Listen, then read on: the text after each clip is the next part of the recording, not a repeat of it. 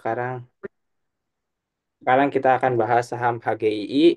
Seperti biasa, pertama kali saya akan bilang disclaimer on ya teman-teman. Jadi apa yang telah saya sampaikan coba dianalisis kembali karena apa yang saya sampaikan belum tentu itu benar gitu kan, belum tentu itu benar.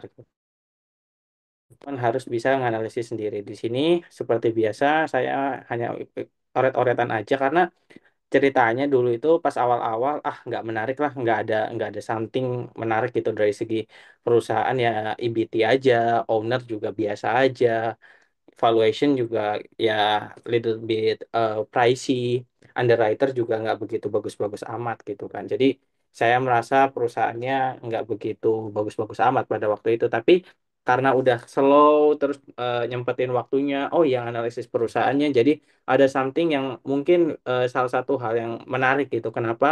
Ada alasan gitulah untuk andai kan mau beli itu ada alasannya gitu kan. Tapi back again ya, disclaimer on. Jadi teman-teman nggak bisa serta-merta habis dari ini kalian kalian langsung beli gitu. Tapi coba dipastiin dulu, analisis dulu, confirm dulu. Oke, jadi pembahasan kali ini itu bakal membahas kurang lebih ada 5 topik, yaitu tentang perusahaan, owner. Owner di sini seru ya teman-teman, owner dan story itu sebenarnya. Owner dan story. Dan yang ketiga ada financial performance, terus yang keempat tentunya valuation, dan yang kelima ini underwriternya gimana. Nah, kita bahas dulu nih perusahaannya. Jadi, kalau misalnya aku benar-benar ini ya teman-teman, risetnya ya based on prospektus aja gitu. Sometimes ada yang aku agak dalemin lewat riset gitu kan. Nah, Perseroan itu intinya perusahaan holding yang ada di Jakarta Selatan. Eh, jaringanku bagus atau enggak ya di sana? Putus-putus. Halo, halo, teman-teman. Putus-putus, Li. Oh, oke, oke. Aku ganti dulu ya jaringannya. WiFi-nya emang lemah.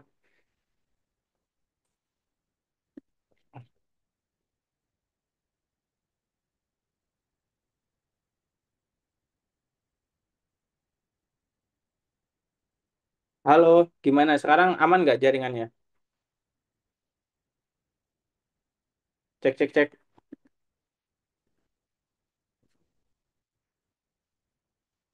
Suaranya jelas nggak, guys? Kalau misalnya, eh, Mang, kalau jelas bilang, Mang. Aman, aman. Oke, jadi kita pertama kali kita lihat dari segi perusahaannya itu sendiri.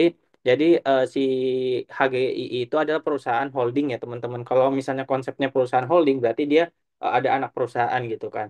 Nah, kita bakal bahas lebih detailnya nanti ya teman-teman. Jadi di sini di akta perusahaannya juga dia bilang bahwa aktivitasnya di perusahaan holding dengan kode klasifikasi baku lapangan atau KBLI-nya itu nomor sekian gitu kan.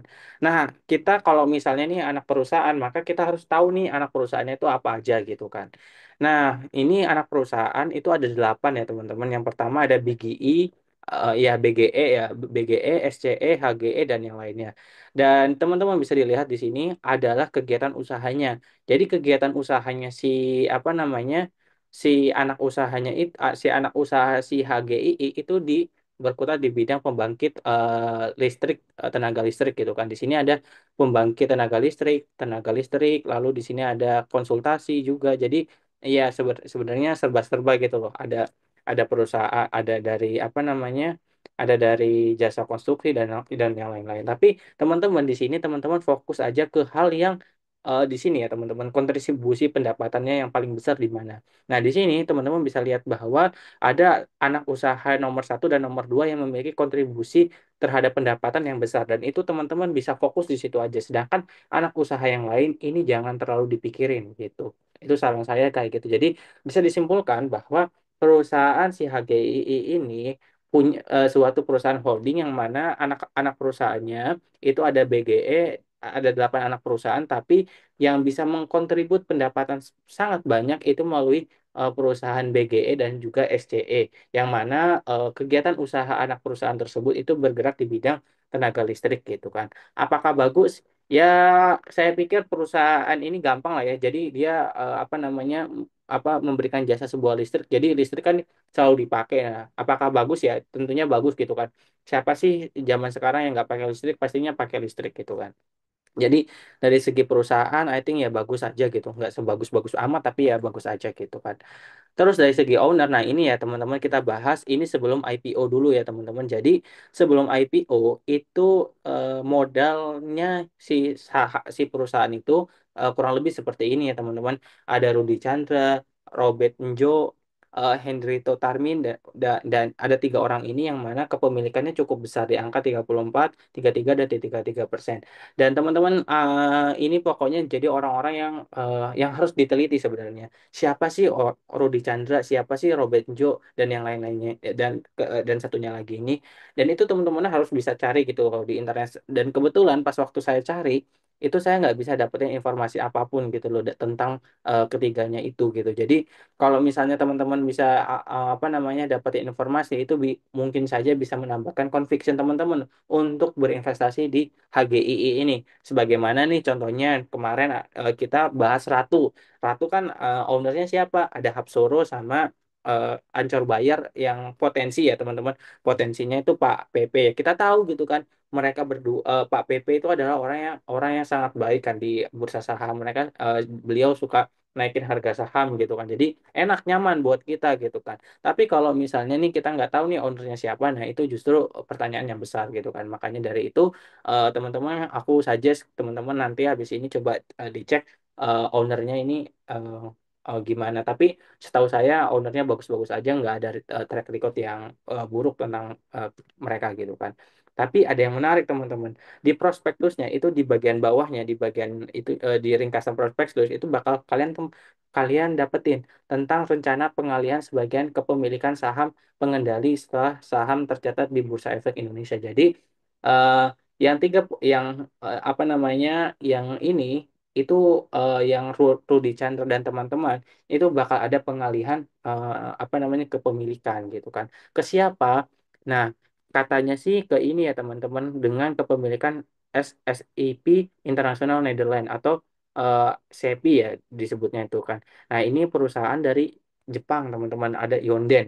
Nah, dan menariknya lagi pengalihan sahamnya itu dijual di harga. Jadi si apa namanya si ownernya itu menjualnya itu katanya ya kata di prospektusnya ya teman-teman dengan harga yang sesuai dengan penawaran umum perdana perseroan. Dalam artian si SEPI ini beli di harga IPO teman-teman. Jadi kurang lebih seperti itu dan itu saya bisa anggap bahwa kita sama owner itu harga apa namanya harga harga harga average-nya itu sama gitu kalau kita beli di harga IPO gitu. Dan ini ya teman-teman, after dan katanya sih paling lambat itu setelah kalau misalnya besok listing di bursa saham berarti H plus 30-nya. Jadi paling lambat itu melakukan pelaksanaan pengalihan sahamnya itu plus 30 misalnya di tanggal let's say katakan di tanggal 1 ya teman-teman untuk dia IPO-nya berarti di tanggal 31 itu udah tertransfer paling lambat ke si SEPI itu. Nah, ini dari formasi yang baru ya teman-teman. Jadi Roby Chandra dan yang sebelumnya itu cuman bakal punya kepemilikan sangat dikit teman-teman. Jadi kepemilikannya cuma 18%. Henry tapi sampai si Henry Yanto Tamrin juga sekitar 18 persenan. Sedangkan si Sepi ini punya 25% dan ini justru menarik teman-teman. Jadi saya akan bahas sedikit ya teman-teman. Jadi kalau misalnya nih kita punya suatu kepemilikan di suatu saham dengan porsi yang besar dia yang menentukan teman-teman. Jadi apa namanya andaikan si Sepi ini bilang pecat aja nih direkturnya nggak becus gitu kan. Dia bisa ngelakuin itu. Kenapa? Karena dia punya kepemilikan yang porsinya besar gitu kan.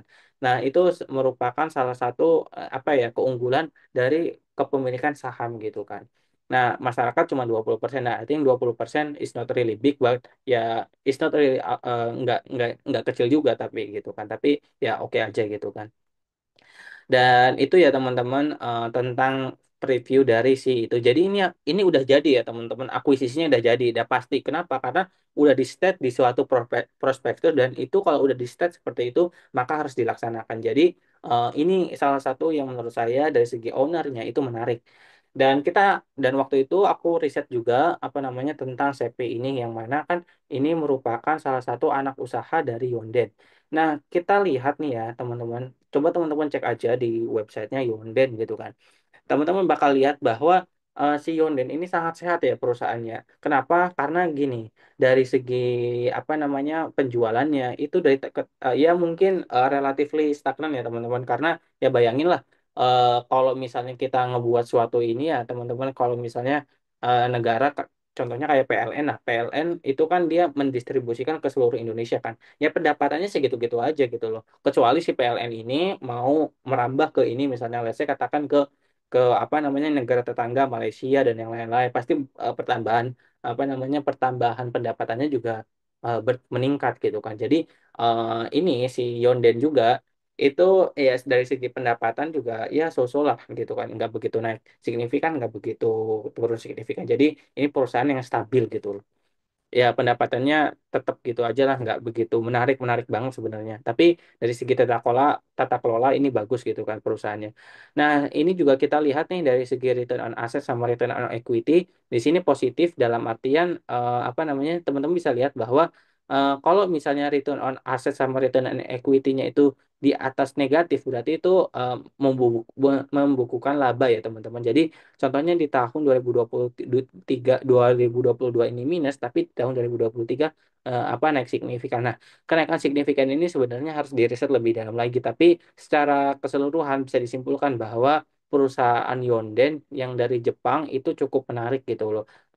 Sebagai calon ya kan ini aku bisa katakan bahwa si Sepi ini pengendali, tapi sayangnya teman-teman dari secara track record yang ada dari tahun 2019 sampai tahun 2022 itu trennya turun gitu loh. Nah, tren turun ini juga harus diketahui nih kayak gimana dia tuh kok bisa turun, kenapa kok bisa turun seperti ini performa keuangannya. Berarti kan manajemennya kurang bagus lah dalam mengelola perusahaan tersebut gitu loh. Kalau misalnya andai kan ini kan dari tahun 2019 positif, dari 2020 negatif, 2021 tambah negatif, dan tahun 2022 tambah minus gitu. Nah, itu harus diketahui kenapa kok bisa sampai seperti ini. Tapi di tahun 2023 ada kenaikan sangat signifikan. Nah, ini juga harus bisa cari tahu kenapa alasan bisa naik signifikannya itu juga.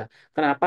Nah, tentunya apa namanya ini juga mencerminkan gitu loh teman-teman, kalau dia bisa mengolah return on asset sama return on equity-nya sangat baik, berarti kalau misalnya dia menjadi pengendali di saham HGII, ya pastinya dia juga bagus gitu dalam mengendalikan perusahaannya gitu. Jadi ya itu harus dikonfirm lagi nih si Yonden itu, tapi secara keseluruhan dia bisa mencetak laba itu bagus gitu loh. Nah, bisa dari segi laporan keuangannya, teman-teman bisa dilihat di sini dari aset, liabilitas sama ekuitas ini ya apa namanya? Teman-teman bisa kalian bandingin lah ya teman-teman di sini dia apa ya penggunaan calon mau menyerap dana itu kan sekitar 299 miliar ya teman-teman. Nah, 299 miliar ini lebih kecil ketimbang ekuitas yang ada ya teman-teman. Jadi ya saya katakan bahwa perusahaan ini bukan perusahaan yang listing di bursa langsung kabur gitu bahasanya, atau exit strategi enggak, tapi dari secara sekilas penggunaan total dana yang dihimpun ini lebih kecil ketimbang ekuitas gitu. Itu salah satu indikasi yang bagus, teman-teman. Nah, dari segi laba juga ini perusahaan HGII financial performance-nya itu apa namanya? Ya bagus-bagus aja lah gitu loh. Nggak begitu bagus-bagus banget gitu, tapi ya bagus aja gitu. Di tahun 2021 pernah mencetak laba sangat tinggi di angka 85 miliar, tapi di tahun 2022 turun, tahun 2023 turun juga. Ini laba ya teman-teman, yang paling bawah ini laba laba bersihnya gitu. Nah, dari segi rasio keuangan ini ada tanda kurung, itu tandanya minus ya teman-teman. Minus dalam artian growth-nya lebih kecil ketimbang tahun sebelumnya gitu. Dari segi apa namanya rasio keuangan seperti kewajiban yang bisa dia lakukan gitu ya, dia bisa mampu gitu loh untuk membayar kewajibannya, tapi yang nggak begitu bagus-bagus banget gitu loh. Dari laba laba laba brutonya cukup bagus, menarik gitu kan. Tapi dari segi apa namanya ROE atau return on equity sama return on asset yang di sini ya teman-teman. Nah ini ya so-so lah teman-teman, nggak begitu bagus-bagus banget, tapi ya bagus aja gitu. Nah, teman-teman, di sini ada total penggunaan dananya, teman-teman. Nah, di sini teman-teman bisa lihat bahwa penggunaan dananya secara total ini anggaplah 300 miliar ya, teman-teman. 300 miliar itu dibagi ke beberapa anak usaha. Di sini seperti SSE, MHE, sama ini berbeda salah satunya ya, teman-teman. ini ada operasional untuk EBT gitu kan. Nah, ini ya teman-teman bisa lihat bahwa penggunaan dananya ini itu untuk perusahaan anak usaha yang masih belum beroperasi, yaitu si pembangkit tenaga listrik yang di sini ya teman-teman. Nah, apakah itu menarik? Nah, nanti kita bahas ya teman-teman. Kalau sama si MHE itu juga demikian ya teman-teman. Ini masih belum beroperasi. Nah, di apa namanya di prospektusnya itu disebutin ya teman-teman bahwa si anak usaha yang ada yang mereka beroperasi itu kalau nggak salah ya teman-teman di wilayah Sumatera ya kalau nggak salah ya. Nah iya di Sumatera Utara ya teman-teman dan ini sejalan ya teman-teman dengan apa namanya dengan si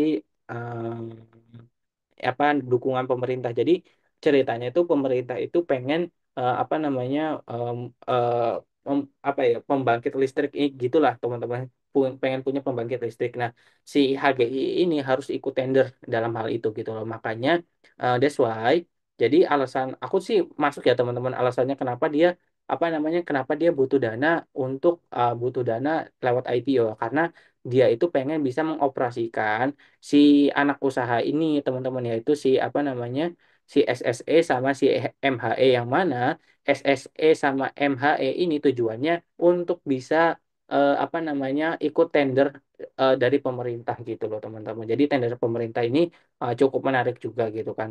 Dan ini sejalan juga dengan dukungan dari pemerintah untuk bisa mencapai apa namanya ya energi terbarukan gitulah teman-teman. Nah, ini kurang lebih jadi secara apa namanya secara potensi usaha dan yang lain-lain ini sangat baik lah teman-teman sangat bagus. Apa namanya dari segi penggunaan dana dan alasan dia untuk apa namanya IPO juga saya bisa bilang bahwa itu bagus gitu. Nah, kita langsung ke valuasi ya teman-teman. Nah, dari segi valuasi itu sendiri, ini asumsinya ada dua ya teman-teman. Yang pertama, skenario yang pertama yaitu dengan asumsi menggunakan laba tahun 2023. Ini aku warna kuning.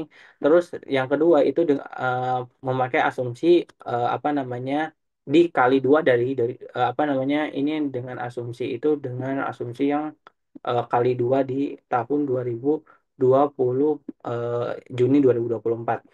Jadi ini aku langsung sama denganin aja dari sini teman-teman. Total lembar saham itu kan 6,5 miliar.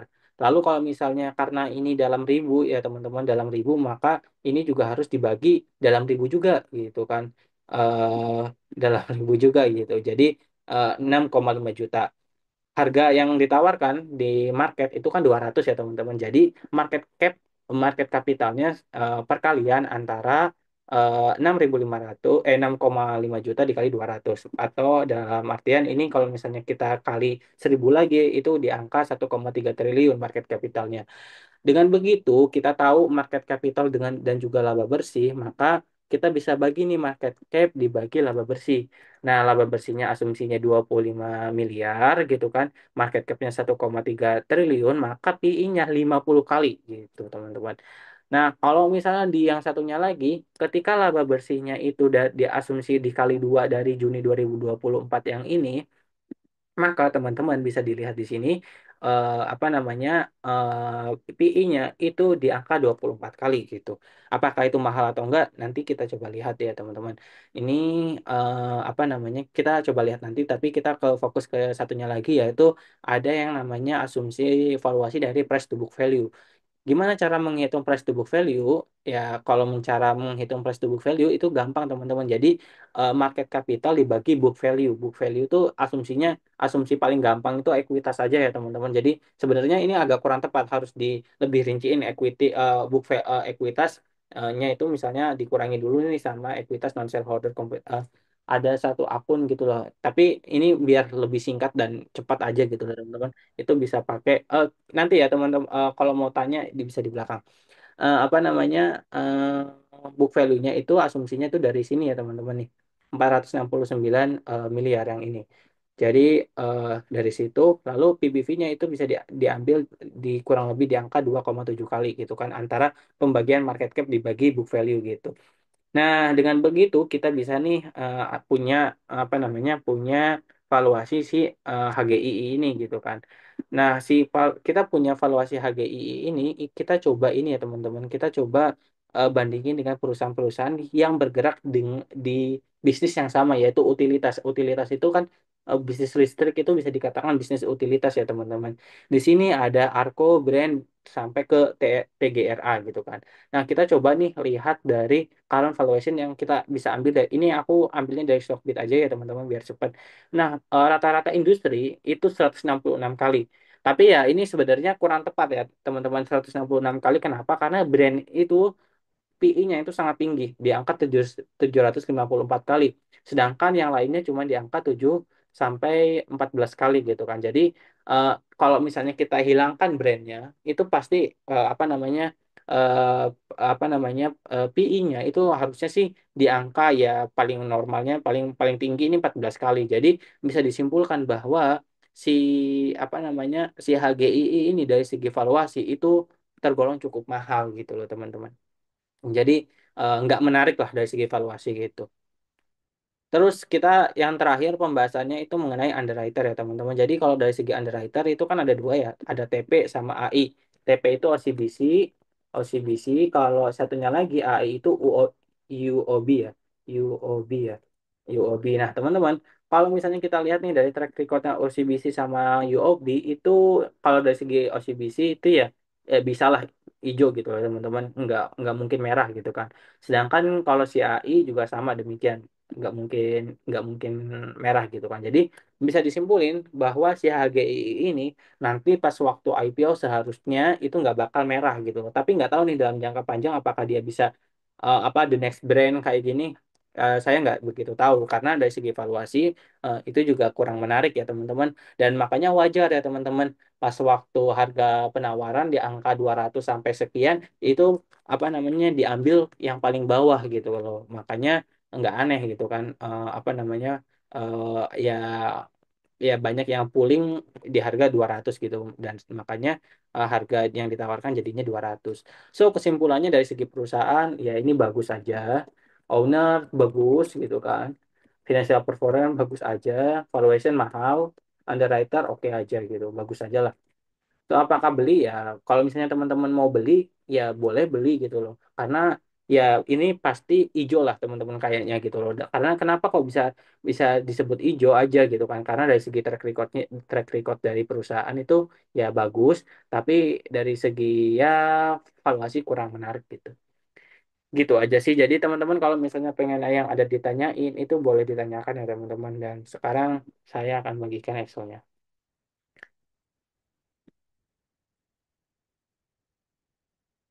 Oh iya, harga 200 arahnya masih 35%. Iya, arahnya 35%. Tapi ya asumsi bisa arah kayak gitu kan, saya nggak begitu tahu ya, itu pasar yang bisa menilai gitu kan. Tapi dari segi di sini kan cuman analisis ya, kayak oh ya ini menarik atau enggak, ini asumsinya kayak apa gitu. Jadi ya saya cuma bisa cover ke situ aja gitu. Kalau misalnya di pasar, eh, biar pasar aja yang menilai nanti gitu.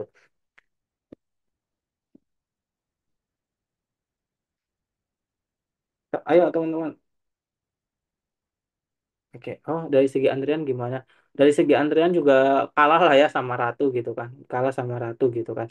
Ya ya kalau mau ikut dan mau ikut dan cuman kayak pengen pengen ini ya pengen ya ya kalau kalian aktif di pasar modal dan kalau misalnya gabut kayak gitu dan pengen memanfaatkan momentum kayak gitu ya bisa nih teman-teman, bisa bisa bisa ikut aja karena dari segi track record perusahaannya juga nggak begitu jelek-jelek amat gitu kan, nggak jelek bahkan gitu, bukan nggak jelek-jelek amat Bu.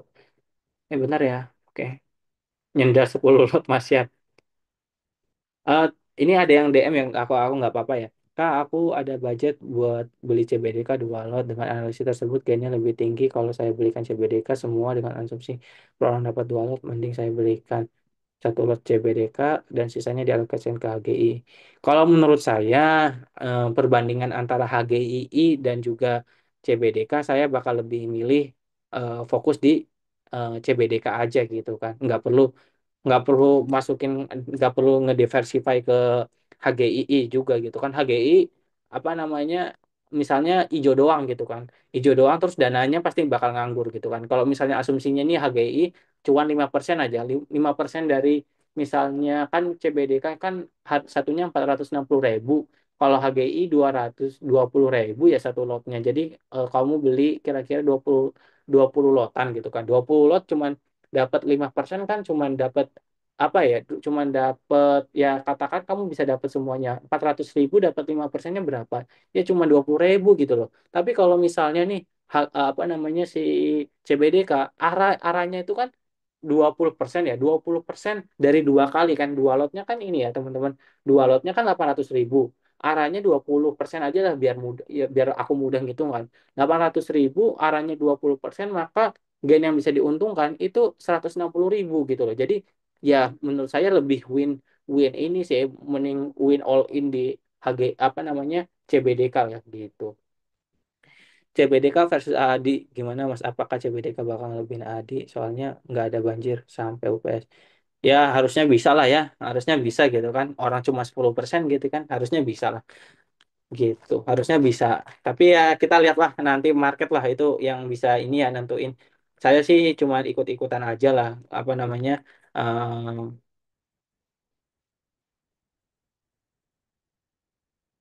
Oh, kalau misalnya apa namanya? Bentar ya. Aku kirim dulu ya, bentar ya. Seru seru sih kalau banyak orang yang nanya. Bentar ya. Ya HGI kalau misalnya ada duit nganggur nih, daripada kayak gimana ya, bisa aja lah cuman ya masukin 100.000 doang mah. Loss juga ya, anggap ini ya. Nggak mungkin loss sih kalau misalnya kalian langsung jual di pas di hari pertama gitu. Harusnya sih gitu ya, harusnya cuman hijau lah bisa gitu. Kenapa ya? Karena tadi ya teman-teman. Ini ya teman, apa namanya, bentar everyone in meeting. Ini ya untuk Excelnya. Jadi saya cuma bagikan di Excel buat teman-teman yang nanti yang nonton di YouTube, jangan lupa join grup saya karena gratis ya teman-teman, grup saya gitu kan. Saya nggak minta duit apapun juga. Oke, aku bahas lagi CBDK tadi ya udah ya. Kalau yang CBDK kali under 100 juta penjatahannya bisa tembus 5 lot nggak? Itu aku kurang tahu ya. Itu penjatahan yang punya yang nentuin LG ya, Trimega Sekuritas. Jadi kalau misalnya mau tanya mungkin ke Trimega aja gitu. Kalau saya sih ngikut aja kemarin. Ya, ini juga sekarang saya lagi nunggu penjatahan Ratu gitu. Ratu dapat berapa gitu. Dari tadi saya juga pengen. Ini lagi loading ya, apa namanya Excelnya ya teman-teman. Ya mudah-mudahan aja dapat satu lot. Nggak mungkin lah kalau dapat satu lot. Kalau Ratu. Review saham emiten sini Bang, milik Hapsoro. PI-nya PI-nya 0,9 kali sama potensi batu bara. Oke, ini ini ini ini di luar konteks ya, tapi setahu saya sini menarik gitu kan. Sini menarik gitu kan. Tapi eh, ya inilah apa namanya, eh, masih belum riset begitu dalam. Tapi waktu saya riset apa namanya riset sekilas sini itu menarik gitu. Tapi jangan jangan diikutin dulu lah, kan masih belum punya fundamental dan analisis yang kuat nih tentang perusahaan perusahaan tersebut gitu loh. Kalau saya sendiri, saya biasanya sampai tahu dulu nih perusahaan yang saya beli itu benar-benar bagus atau enggak. Kalau bagus ya dibeli, kalau enggak ya ya nggak usah gitu loh.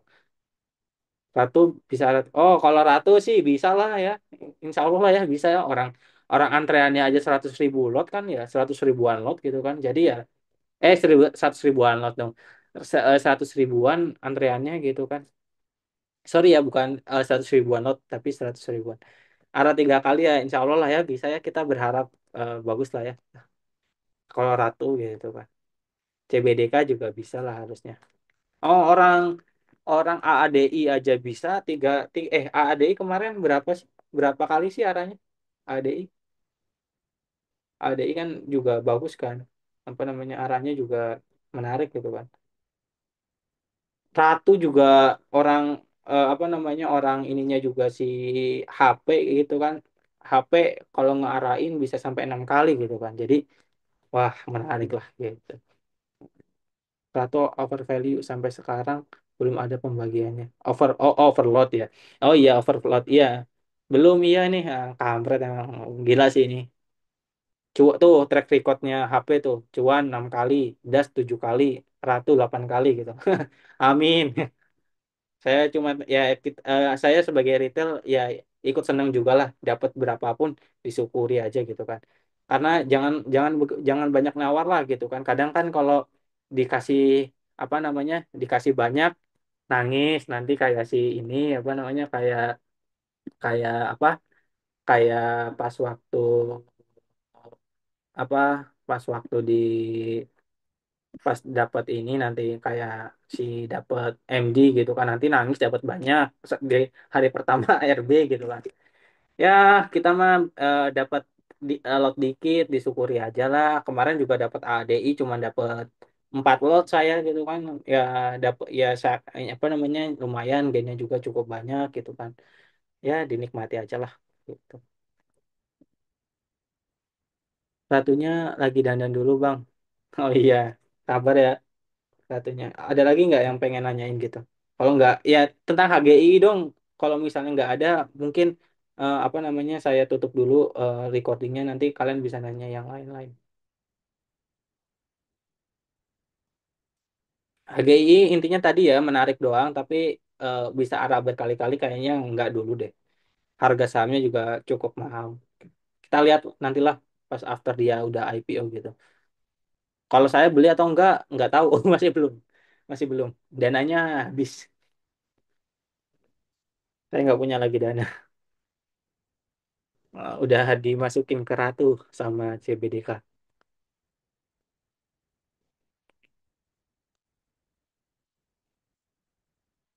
Masih pending. Oh, lihat detail nih. Ah, masih masih masih belum. Waduh, saya juga lagi mantengin si Stockbit nih. Oke, aku tutup dulu aja ya. Nanti kalian bisa tanya